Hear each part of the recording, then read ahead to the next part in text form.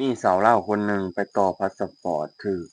คนขับรถลวนลามพี่น้องเอ้ยเนาะสาวลาวจนหัวใจบ่ดีพี่น้องเอ้ยจึงได้อัดคลิปออกมาอธิบายความรู้สึกในตอนนั้นบ่เคยพ้อบ่เคยเห็นจักเทื่อบ่คิดว่าคนขับรถเพิ่นจะเฮ็ดกับเราแบบนี้พี่น้องเอ้ยเป็นผู้หญิงตัวน้อยๆตัวคนหนึ่งเนาะที่เดินทางไปต่อพาสปอร์ตแต่ละเดือนพี่น้องพี่น้องเอ๋ยไปฟังความรู้สึกของน้องก่อนเนาะจังมาเว้าพูดคุยกันเด้อพี่น้องเด้อโดนคนขับลวนลามไปต่อพาสปอร์ตครั้งนี้เป็นการไปต่อที่แย่ที่สุดสวัสดีค่ะหมดสิมาเล่าเรื่องการไปต่อพาสปอร์ตแต่ครั้งนี้มันเกิดเหตุการณ์ที่บ่เหมาะสมเกิดเหตุการณ์ที่ไม่เหมาะสมค่ะคนขับรถเขาทำนิสัยทำพฤติกรรมที่แย่มากโดนในที่นี้คือจับตรงขาใหญ่ คือจะออกมาเตือนว่าจะออกมาเตือนทุกคนที่เป็นคนลาวนั่นแหละคลิปนี้มดไม่ได้มาเรียกร้องอะไรแต่อยากออกมาเตือนแต่มดก็จะไม่พูดว่าเป็นบริษัทอะไรเป็นบริษัทที่นั่นแหละมีชื่อเสียงพอสมควรอันนี้ก็บริษัทเขาก็รับรู้เรื่องแต่พฤติกรรมคนขับรถมันไม่เหมาะสมคือมาเข้าประเด็นตรงที่หมดโดนคือมดขึ้นไปมดก็รู้สึกง่วงนี่แหละแล้วก็หลับแล้วก็เอาเสื้อไปด้วยเสื้อแขนยาวเอาคลุมหัวไว้แล้วเสื้อตัวนั้นมันบางมันผ้าแบบมันบางนั่นแหละไม่รู้ว่าคนขับรถเขาจอดเติมแก๊สหรือว่าอะไรนี่แหละเติมน้ำมันก็ไม่แน่ใจแต่ก็เขาเปิดแอร์เย็นมากแอร์ประมาณ20นี่แหละ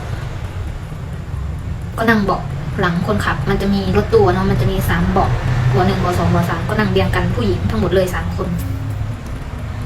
แล้วมีน้องอีกคนนั่งข้างๆมดแล้วก็มีน้องอีกมีพี่อีกคนนั่งข้างๆมดแล้วก็มดเป็นคนนั่งตรงกลางย้ำว่าข้างหลังคนขับที่มันเป็นรถตู้ค่ะเป็นเบาะแล้วมดก็นอนเพื่อนน้องอีกคนก็นอนพี่อีกคนก็นอนจังหวะนั้นมดก็เงียบหลับไปแหละจังหวะนั้นมดสะดุ้งตื่นเหมือนมีใครเอาผ้าห่มมาคุมให้ลูกค้าแต่คุมให้ทั้ง2คนนั่นแหละกับน้องอีกคนคุมให้น้องแล้วก็คุมให้มดแต่มือเขาอะทำเป็นท่าจับผ้าห่มมาจับขาใหญ่อะมดตกใจมดแบบสติหลุดไปแล้วแหละก็คือมองทะลุผ่านที่เสื้อคลุมหัวไว้เพราะว่างีบหลับเห็นคนขับร่างใหญ่ๆเอาผ้าห่มมาแล้วก็มาจับขาจับเฮ้ยถ้าอยากให้ผ้าห่มอะยื่นมาให้ก็ได้ผมเองก็ได้ไม่ต้องมาบริการอะไรขนาดนั้นใช่ไหมแบบจับเสร็จใช่ไหมมดก็ไม่ได้อะไรนะเพราะว่าแต่มดก็คิดด้วยแหละทำไมต้องทำแบบนี้แย่มากแต่มดก็เป็นคนที่แบบไม่ได้เรื่องเยอะขนาดนั้นอะแบบอยากปล่อยผ่านอะพอจอดเซเว่นปุ๊บเขาก็มาดักตรงหน้าประตูมดก็แปลกๆนะแต่ก็คือแบบพยายามแบบไม่ได้คิดอะไรเงี้ยเขาก็ยื่นแบงค์100ให้มดเข้าไปเซเว่นกับเพื่อนๆที่มาด้วยกันอ่ะเขาฝากให้มดซื้อกับกาแฟให้กับซาลาเปาก้อนหนึ่งนี่แหละเขายื่นแบงค์100ให้ไอ้คนขับแล้วมันก็ไม่ได้คิดอะไรแล้วก็ซื้อเสร็จแล้วก็มาให้เขาทอนตังค์ให้เขาแล้วเขาก็บอกว่าน้องที่นั่งข้างหน้าเขาอ่ะอยากไปขอนั่งข้างหลังคนขับบอกให้มดสลับกับน้องอีกคนไปนั่งข้างหน้าให้หนูไปนั่งข้างหน้าแทนน้องคนนั้นแล้วหนูพยายามไม่คิดอะไรก็คือแบบความรู้สึกอะเหมือนโดนบังคับใช่ไหมออกมาจากเซเว่นเสร็จอะไรเงี้ยเขาให้สลับกับน้องคนนั้นเหมือนโดนบังคับความรู้สึกแล้วก็ตอนนั้นเหมือนสติหลุดไปนิดนึงเพราะว่าในหัวมันคิดขึ้นมาเลยว่าจะทำอะไรฉันเพราะว่าอะไรประมาณเนี้ยจะทำอะไรฉันหรือเปล่าเพราะว่าตอนคุมโปงอะมันจับขาไปแล้วไงรอบหนึ่งเพราะว่าตอนนั้นก็ไม่ได้คิดอะไรพยายามไม่ได้คิดอะไรแล้วแบบก็คือเหมือนมันหลุดแล้วความรู้สึกมดอะตอนนั้นก็ช้าก็เลยแบบขึ้นไปในหัวก็คิดว่าจะทำอะไรเราเปล่าวะแต่อีกใจนึงคิดว่าคงไม่ทำอะไรหรอกเพราะว่าคนที่มาด้วยกันอะตั้งเป็น10 คนอะไรเงี้ยแค่นั่งข้างหน้าคงไม่เป็นอะไรหรอกตอนนี้ยังไม่ได้คิดว่าน้องโดนเหมือนกันนะคิดแค่ว่าน้องขายาวนั่งไม่ได้ปวดขาอะไรประมาณเนี้ยคือแบบ ก็นั่งไปเขาเอาเบาะตรงกลางขึ้นอ่ะมันจะมีฝั่งนี้นั่งข้างคนขับแล้วก็รถตู้เนาะมีเบาะตรงกลางอีกเบาะเสริมอ่ะตรงกลางอีกอันนึงแล้วก็คนขับแล้วทีนี้เขาเอาเบาะตรงกลางอ่ะขึ้นมาเพื่อที่จะแบบบังสายตาคนที่นั่งข้างหลังหรือเปล่าอะไรประมาณนี้ทีนี้เขาก็เอาผ้าห่มของเขาอ่ะมาปูให้เบาะเสริมอ่ะแล้วเขาก็ใช้ภาษามือเรียกมดให้ไปนั่งใกล้ชิดกับเขาหลายรอบมาก4-5 รอบ สบายดีสวัสดีครับพ่อแม่พี่น้องสู่ทุกคนทางฝั่งไทยฝั่งลาวพี่น้องเอ้ย พี่น้องได้เบิ่งคลิปความรู้สึกของน้องพี่น้องมีความรู้สึกแนวใดมันเป็นความจริงบ่เนาะพี่น้องเนาะพี่น้องเคยพ้อบ่เนาะคือคนลาวเฮาก็ได้เนาะที่เบิ่งเรื่องราวเรื่องนี้ผู้ใดเคยพ้อบ่กับคนขับรถที่มีความประพฤติแบบนี้เนาะพี่น้องเนาะบ่ซื่อตรงกับผู้โดยสารเนาะพี่น้องเนาะบ่ซื่อตรงกับคนที่เพิ่นไปต่อพาสปอร์ตเนาะบ่ซื่อตรงกับคนลาวที่เป็นผู้สาวอืมตัวคนเดียวเนาะพี่น้องเนาะที่บ่มีหมู่มีคู่ไปสมมุติตัวคนเดียวอ่าอาจสิได้พื้นที่อ่านั่งหน้าเนาะพี่น้องเนาะ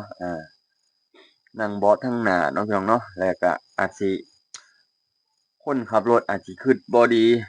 หรือคิดมีอารมณ์อิหยังสักอย่างเนาะพี่น้องเนาะถึงได้ไปลวนลามเนาะพี่น้องเนาะไปจับแข้งจับขาน้องแต่ว่าน้องบ่ไปต่อคนเฮาพี่น้องเอ้ยสมมุติเนาะเฮาก็ย้านในจุดใดจุดหนึ่งเนาะพี่น้องเนาะถ้าว่าเจอคนขับรถแบบนี้สมมุติไปเกิดเรื่องที่บ่คาดคิดน่ะนะพี่น้องเอ้ยพอกล้องเอ้ยโอ้บ่อยากคิดลึกขนาดนั้นเนาะพี่น้องเนาะเออว่าเรื่องราวเรื่องนี้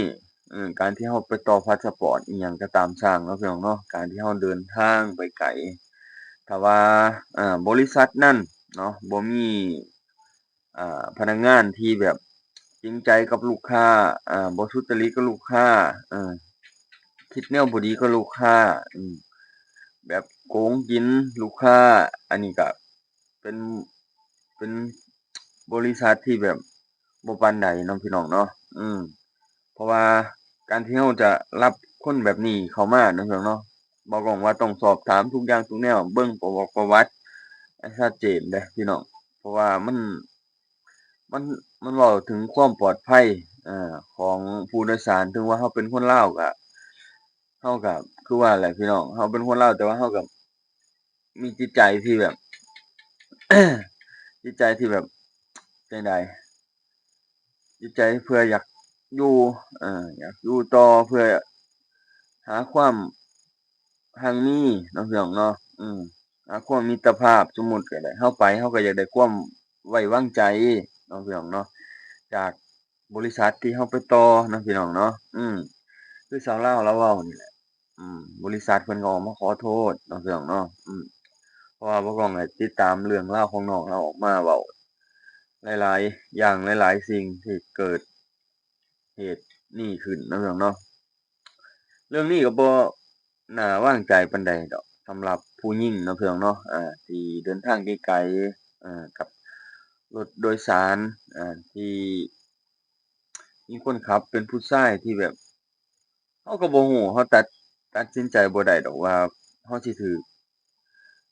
แบบใดแหน่เนาะพี่น้องเนาะสำหรับผู้ชายก็ได้ผู้ขับรถก็ได้เนาะพี่น้องเนาะบางทีเราก็บ่แบบคิดว่าเทื่อเขาก็จี้เอาเงินเอาคำเราบางทีเขาก็ข่มขืนเราสมมุติเนาะพี่น้องเนาะโกงค่ามิเตอร์เราสมมุตินะพี่น้องที่ได้เจอเรื่องราวข่าวออกมาแต่ละเทื่อก็ได้มันเป็นลักษณะแบบนี้ออกมาเรื่อยๆเนาะ มันมีอยู่ไสก็มีพี่น้องเอ้ยคนเรามันก็มีคนดีคนบ่ดีเนาะพี่น้องเนาะคือว่าสาวลาวคนนี้เพิ่นก็วิตเคราะห์วิตเข็ญแล้วพี่น้องเอ้ย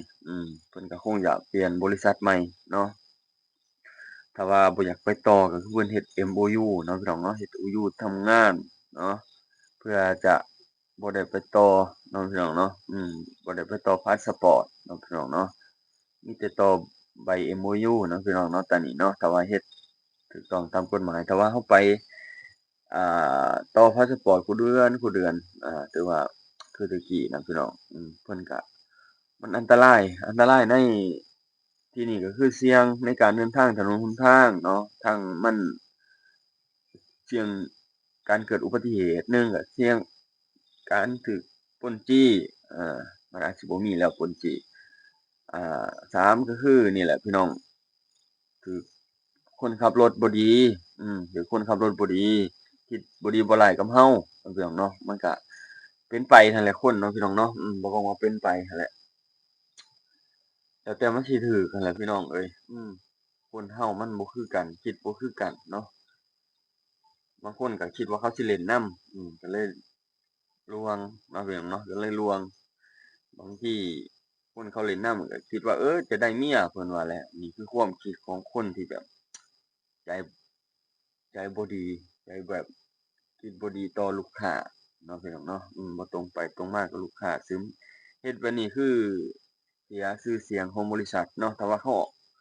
ออกมาเว้าแนวนี้เนาะพี่น้องเนาะถ้าว่าออกมาว่าบริษัทนี้พาข้อยไปเออแล้วก็คนขับ